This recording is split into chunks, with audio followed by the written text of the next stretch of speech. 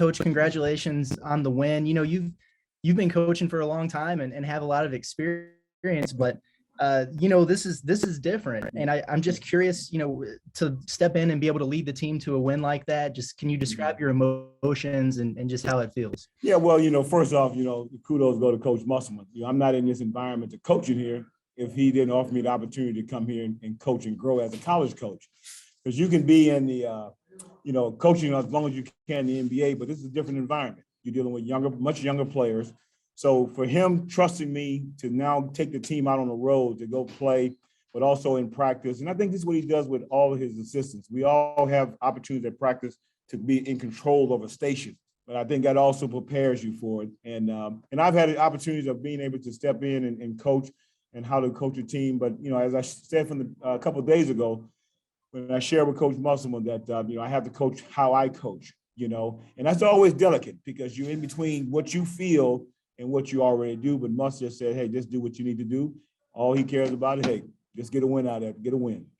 And you fell behind by 8 there with about 9 minutes left. It could have gotten away from you. You called a timeout. What was the message in that moment? And then what did you think about the way the guys responded? Well, it's a good friend of mine that's with the New York Knicks, and he's almost like a breathologist. And I've always used his technique on breathing. And I called a timeout, and I just told those guys to breathe. Forget about what is just happening, what's happening, to breathe, because I need to get you some clarity in your mind right now. And that really helped. And I think sharing with them that, look, guys, as bad as it is, guess what? I think at that time we were down, what was it, 8 or 9? 8 points. And I said, but we got 6 minutes to go. I said, well, we somewhere in there. We got a lot of time. This is a long game. And the guys, I said, certain guys are going to make a big play. Certain guys are going to get a big rebound. And that came to fruition. Bob? Hey, Keith, congratulations. You've had a lot of good experience as an NBA coach, I'm sure, but where does this rank with, I guess, your coaching thrills to beat such a big game and to do it back in your hometown too? What does that mean? It was, obviously the time to come back and play a championship game in New Orleans, and family had to come there. I'm literally 8 minutes from here. 8 minutes from here. When I went to my mom's house on yesterday, and I shared in the beginning, I hadn't seen her in 3 years, and walk in, and when I went into the house, she didn't know I was coming because I told her there's a possibility that I may not come. I don't know what the protocol might be. And when I went in, my cousin was out waiting for me, and she just said, hey, one of the other brothers want to see you outside. And she came outside and saw me, and she was speechless, So that was nice. And then to come back here and with all of them right here, 8 minutes from our house, that I pretty much grew up in, and for them to be here once again for a great moment. And again, she has known Coach Musselman from when I started way back in 1989 with him. And then the guy said, Jalen, I think I see threw Gatorade on you, but he said the other guys threw water on you. Were you expecting that, or how'd that feel? No, well, it was a big game for him, and every game you win is a big game. And they got to celebrate every game when they win one, and then learn from the ones that they lose.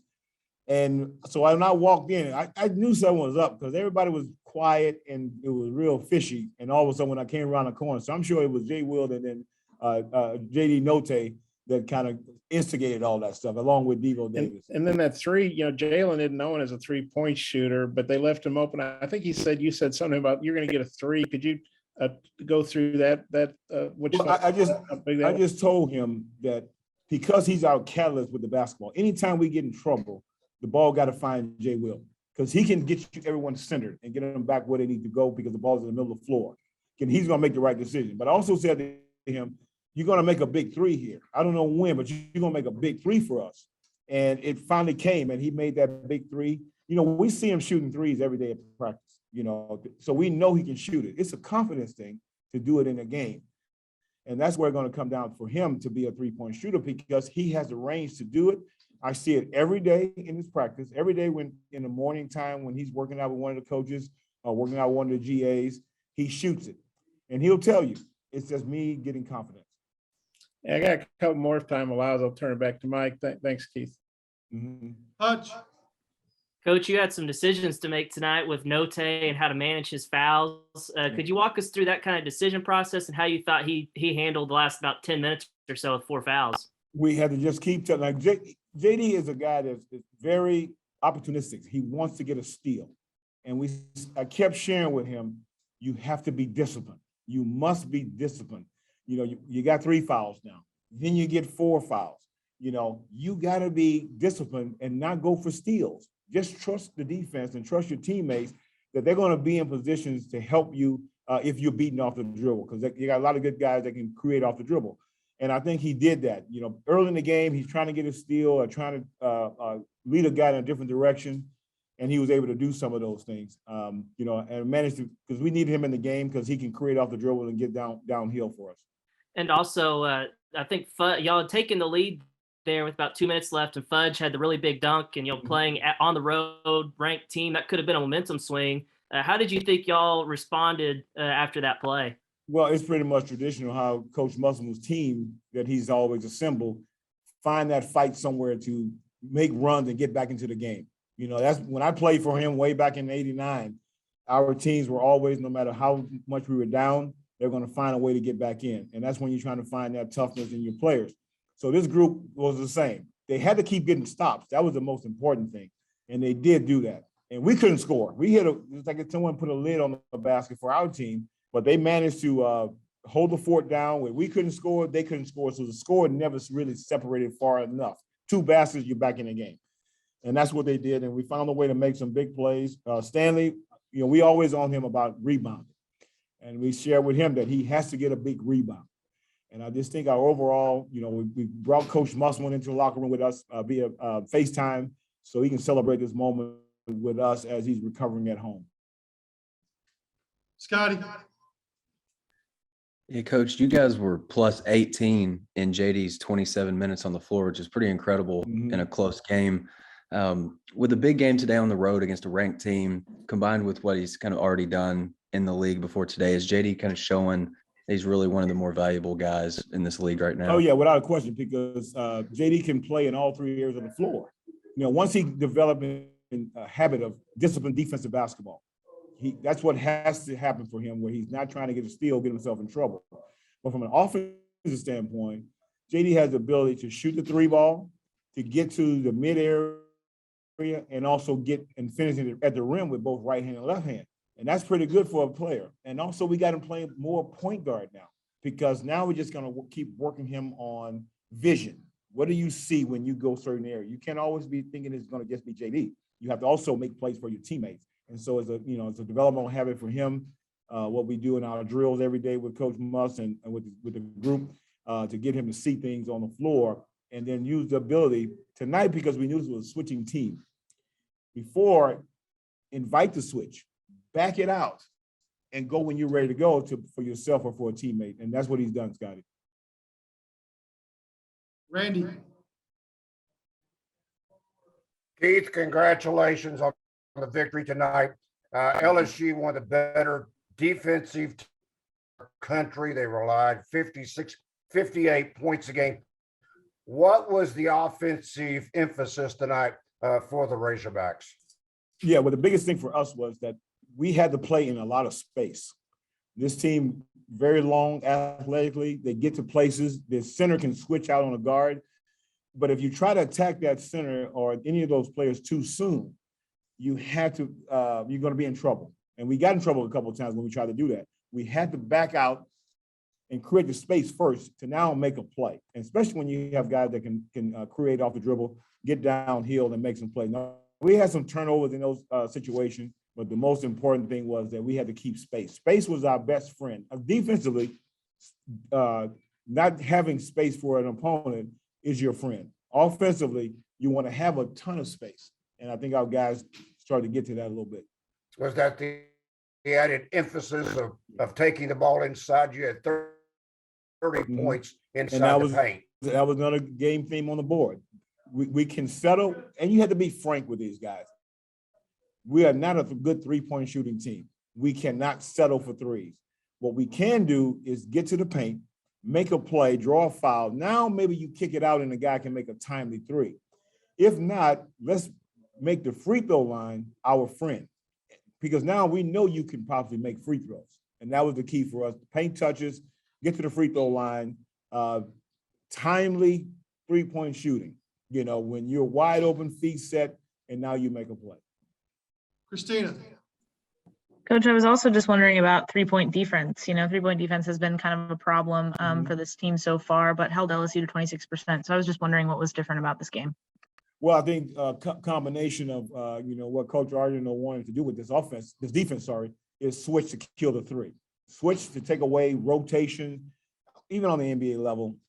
The limited amount of time that you're in rotation limited the opportunity for three-point shooting.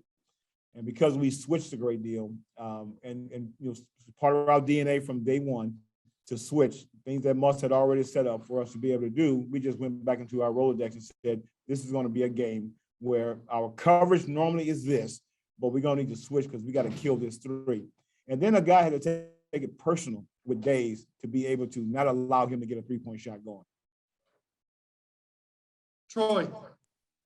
Hey, Coach, congrats again. I know you kind of already touched on this a little bit, but 0 for 8 from three-point range in the first half. But in the second half, you made 5 threes, and I believe 3 of them were within the last 4 or 5 minutes, and they seemed to be pretty good, timely threes for you guys. How happy were you with your three-point shooting in the second half? Well, you have to be able to share with a player. Right now, tonight, this is not your strength, okay? This is not your strength, a three-point shot, but you do have a drive game. You can get to the foul line. And so the timely threes that we talked about was when there was a paint touch, kick out three, or there was a nice post pass, and now we can spray the ball out to someone on the perimeter. And I think our guys kind of bought into that, but they made some big threes. JD made a big one. We had a rainbow one. I get on him all the time a little bit as developing and growing as a player. You're not Curry and you're not Damian Lillard. So you have to stop pulling up from deep to show people that you can shoot from that deep. I'm just focusing on is the ball going in? And Coach Muss is focusing on is the ball going in? So if you're not those two guys, you shouldn't be doing that. But he made some big threes during the course of the game, as well as some of my other guys. Bob, wrap us up, please. Yeah, Keith, Jalen, of course, he's known for taking charges, but 4 today and that really big one on the baseline at the end. Just what do you think of, obviously, rebounds, he scores, but those charges were really big too. What do you think of his ability to do that, especially today in such a big game? Well, that's a super skill. First challenging shots at the rim as a shot blocker, and then being aware to be out of the restricted area to take those charges.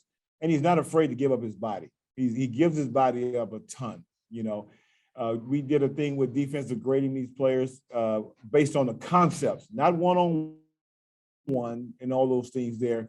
And Jalen graded out at the top because he knows where to be, when to be there, and how to be there. And while he's taking charges, that's something he's always done. He's not afraid of it.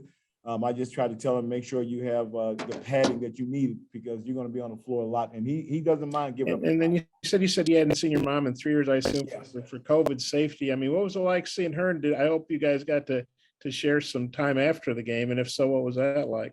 Yeah, well, got a chance to see briefly with her yesterday because I had to get back over here for a team film and the team dinner that we had, the bonding part of that. So I only spent about an hour and a half to close to 2 hours with her yesterday. And then she came to the game and I got a chance to spend some time with her. Now, once I finish this, I'll go back out before we get on the bus to leave to get to the airport. That was always good because we wanted her to come out to visit us in California, but it was just too risky for her to get on a plane and fly. And so the timing of it all was to make sure that COVID had settled down a little bit to be able to see her. And obviously it was great seeing her. My son also played today in the Hula Bowl, so we had a lot of stuff going on. And then also had a death in the family. So I had half my family that would have come to the game as well, had to go to a funeral service today. I'm sorry to hear about that.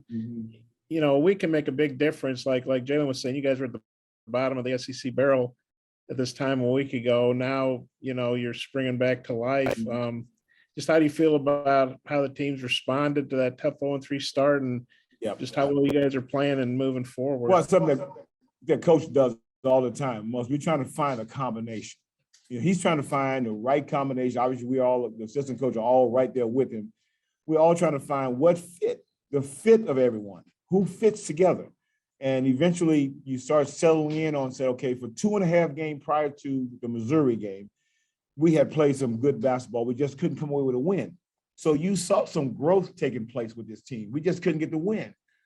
at some point you just keep grinding. You keep grinding, and eventually you get to a point where you find a way to win big, and then you win big on the road, which now keeps confidence building. But we're not going to allow these guys to get too comfortable. We always say, and as a basketball player myself, enjoy the win, celebrate the win, then we'll get back to work the next day. Okay, thanks, Keith. Okay, Appreciate guys. it. Thank you, guys.